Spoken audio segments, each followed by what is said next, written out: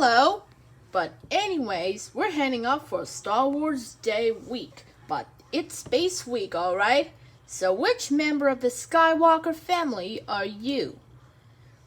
There are few families in a galaxy far, far away with a legacy quite like the Skywalker dynasty. From humble beginnings, the Skywalkers rose to prominence and ultimately including charismatic politicians, legendary Jedi, slaves, royals, and fearsome villains. To celebrate the new biography, Skywalker, A Family at War, we want to know, where do you fit among these eminently relatable icons and archetypes? Take the latest StarWars.com quiz to find out which member of the legendary lineage is a match. So, let's begin. What will your friend said is your the most admirable trait? Well, you got generosity. Weakness? Anger. When choosing when you make a home, what's the right climate? It's cool. Star Wars ship or vehicle? Let's just say a Jedi Starfighter. Which Star Wars character would you choose? I pronounce Chewbacca. What's your favorite color? Blue. How would you describe your sense of style? Well, it's evolving. How do you spend your free time? Well, you're studying. Which career would you choose? Engineer, huh? If you could travel to a Star Wars planet, where would you go first? Toono. Well, you're Shmi Skywalker. Wise and unassuming, you're often underestimated by your appearance, yet have proven your strength and resilience time and again. Your fortune has had to go through some difficult moments, but it's your kindness and generous spirit that makes you others feel lucky, so just to be in your presence.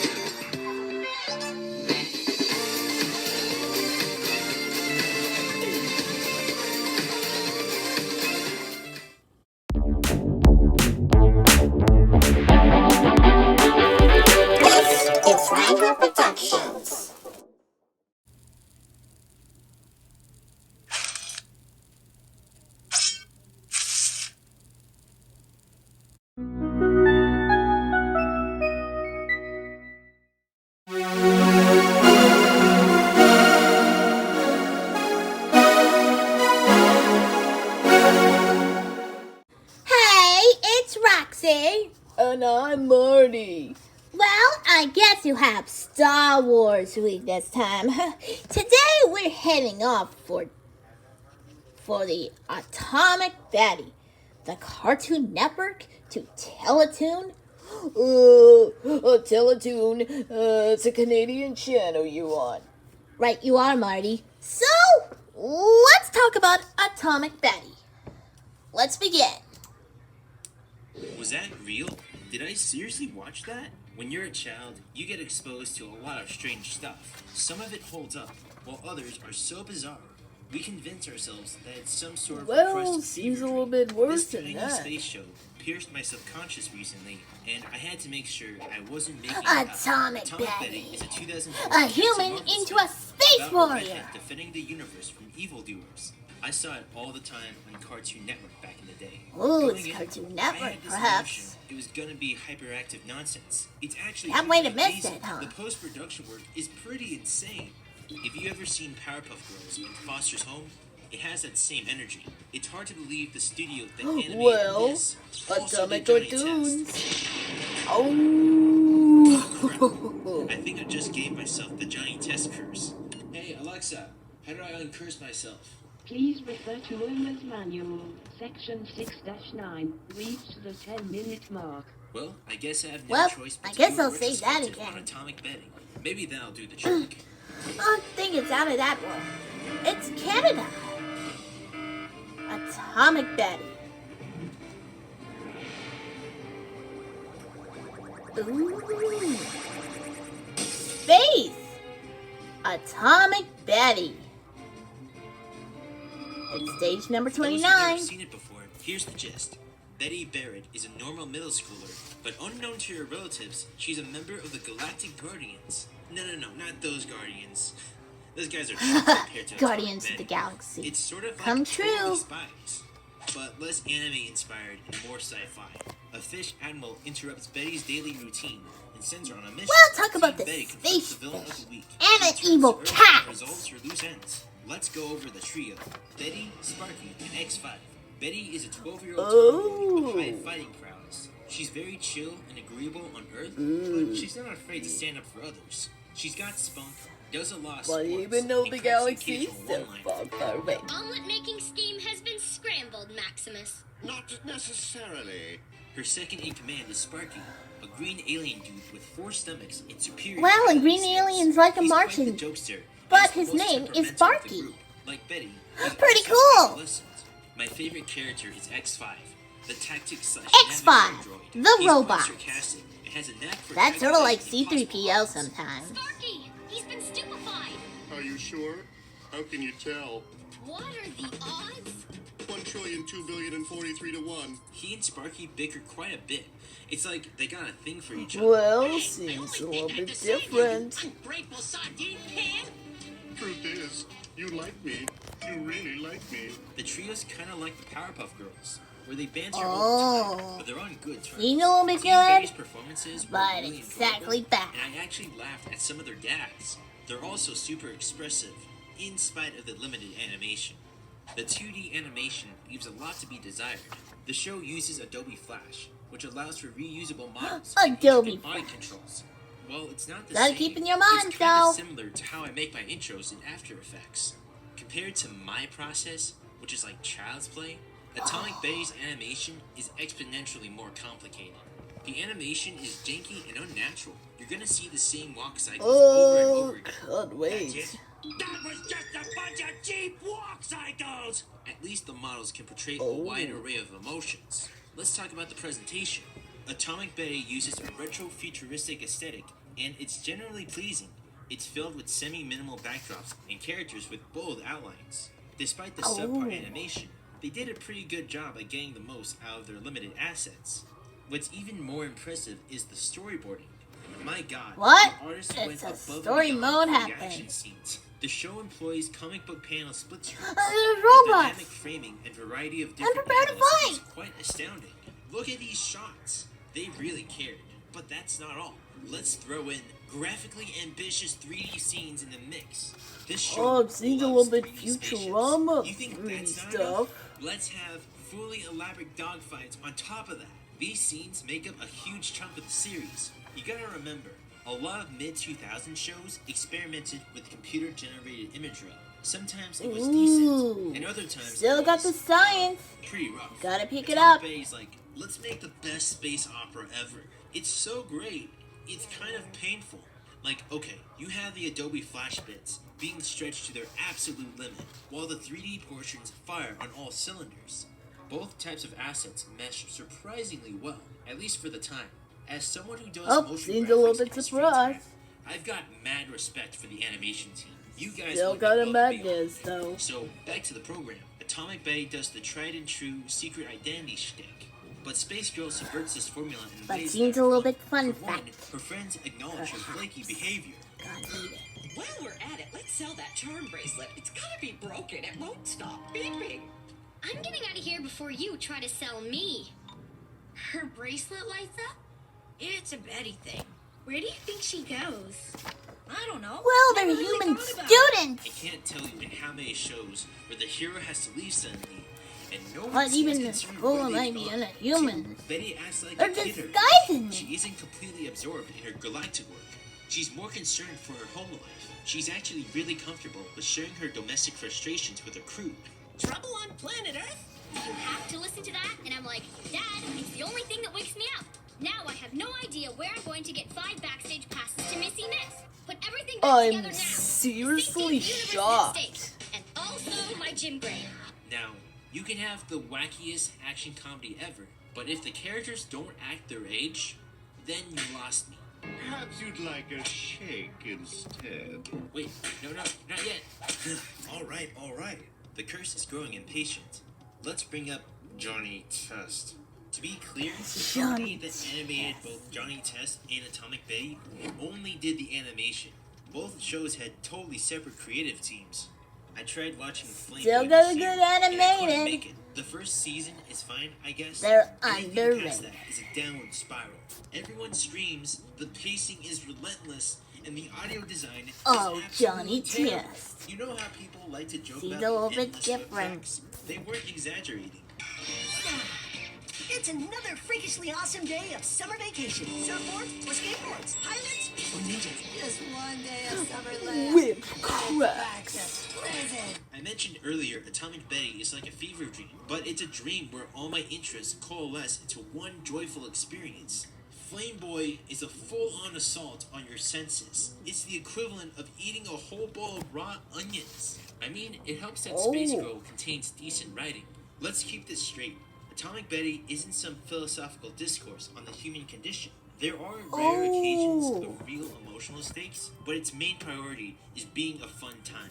I like the writing because it's very tongue-in-cheek, snappy, and self-aware. I wonder who the writers were. Wait, is that who I think it is? Yeah, Ed, and Eddie, and Atomic Betty share some of the same writers. Well, That still got explains some of the same magic. ones As too. vast as my databank is, I rather doubt you'll find her music. Here we go. I hope you're paying for those MP3s. Greg! Hey, you better hurt somebody! Still got the gadgets. Hey, this stuff's good. I haven't even talked about the best part. The villains. The primary Ooh, baddie is the Maximus IQ, baddie. a not-so-bright feline overlord. He's a klutz. Oh. Like, what is he gonna do? Destroy the moon? You call that evil? I will show you evil. That's right, this is what you get! My super laser blast! Oh, I can that's see bad. he's a supervillain. He's second in command. They know I'm a A guy with chicken. multiple personality disorder. Maximus, in particular, is a riot whenever he's on screen. He has delusions of grandeur about being a proper villain, but it usually backfires. The guy who voices him is having the time of his life. I want you all to blast Atomic Betty and her silly friends to smithereens! Now Jackaboos will pay for their copyright infringement. There is a whole gallery of wacky B-movie villains. We've got rain guys, fashionistas, infants, and so many more. I don't think I have time to go over Well, them. these They're all pretty aliens great. looking But they did put up a fight in the season good. finale. At the end of the first season, Betty discovers that her grandmother, Beatrixo, was an original founder of the Galactic Guardians. One of the Team Betty gets into a galaxy. sticky So situation, far, far but away. Beatrixo briefly comes out of retirement and But rescues nobody believes this. This sounds a little familiar. A kid grows up into a life of alien crime fighting. Their parents don't know it, but their grandparent Hey, is you a know member what? of The galactic aliens law enforcement. are gonna But the transport into the grandparent didn't tell the space, grandchild until the time was right. grandmother. Dude, that's just Ben 10.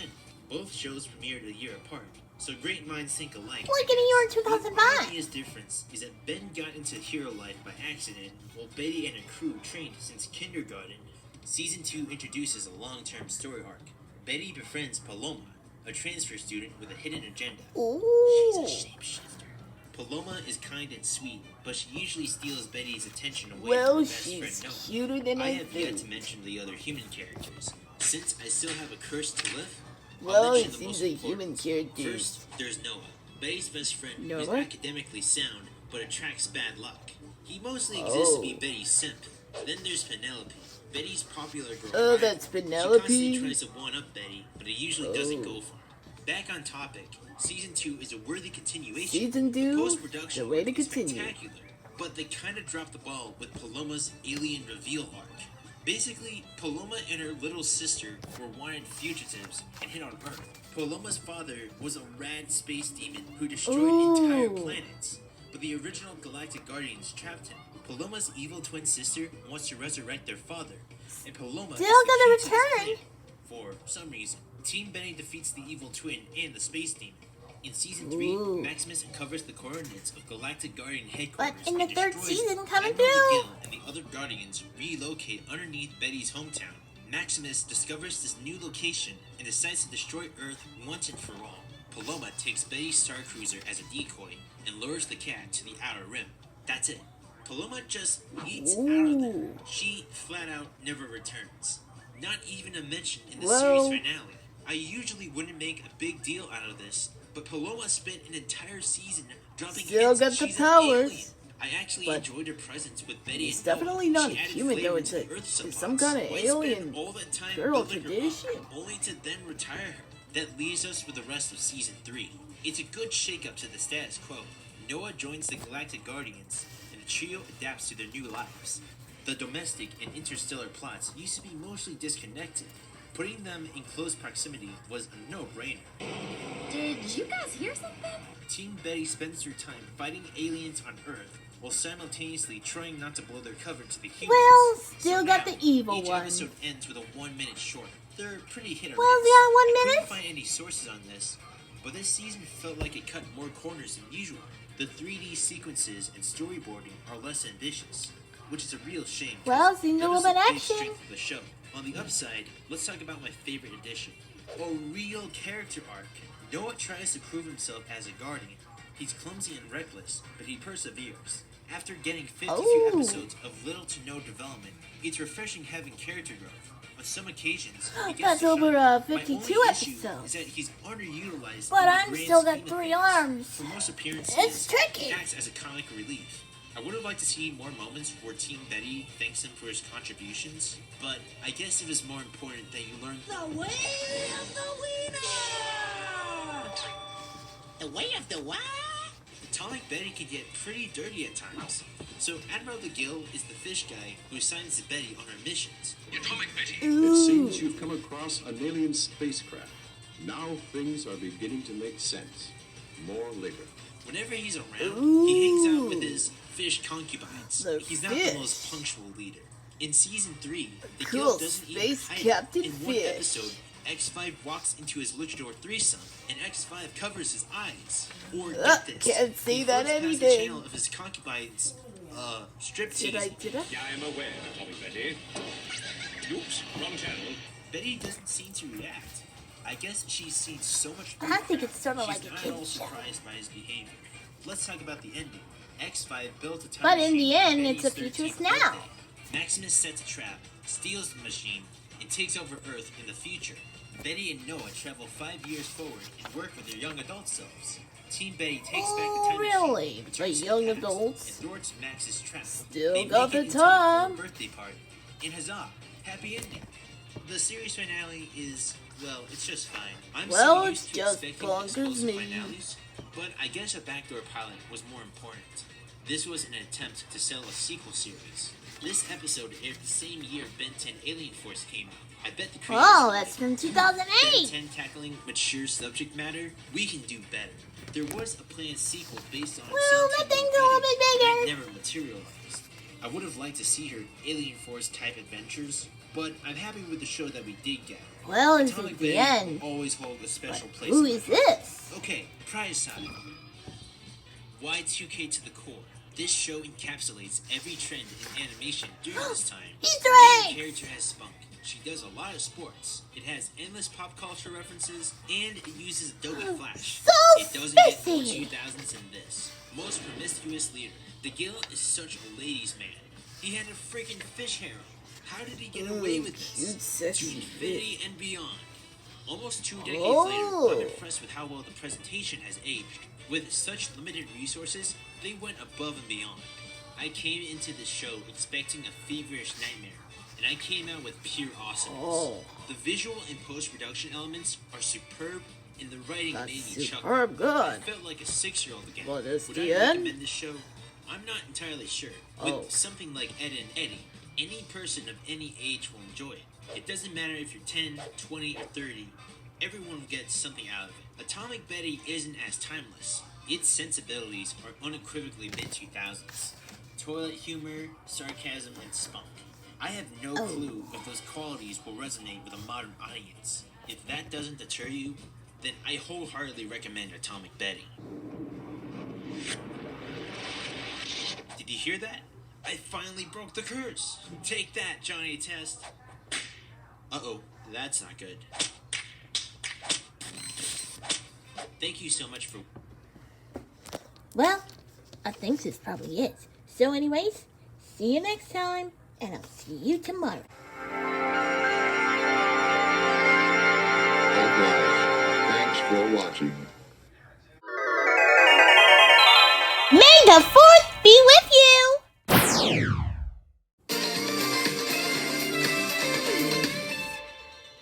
Thanks for watching.